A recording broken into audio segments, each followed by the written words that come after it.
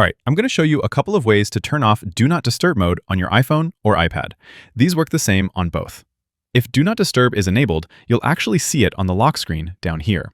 So what you can do is tap and hold that, and it'll open up a menu where you can just tap Do Not Disturb and toggle it on and off. But that's not the only way to do this. Another way would be through Control Center. Swipe down from the top right corner, and usually you'll see this little moon icon that says Do Not Disturb. Tap that, the same menu opens, and you'll tap the mode here to turn it off. Nice and easy, huh? Control Center is great for quickly toggling off different modes and settings. If your phone tends to enable this on its own, it might be running on a schedule that keeps turning it on and off automatically.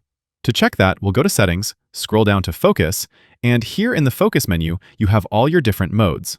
I'll go to Do Not Disturb, and here you can control everything related to this mode. For example, set exceptions and allow certain people to ring your phone even when Do Not Disturb is enabled. If you scroll down, there's an option for the schedule.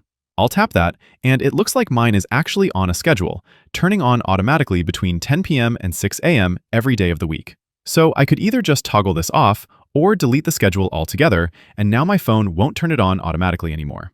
And one last, super easy way to turn off Do Not Disturb mode would be through Siri. I'll hold the side button and say, Turn off Do Not Disturb mode. And there we go. Siri handles it for me and turns it off on my behalf. And that's how it's done. Click that like button if you liked the quick, snappy presentation, subscribe to see more, and thanks for watching. Later all.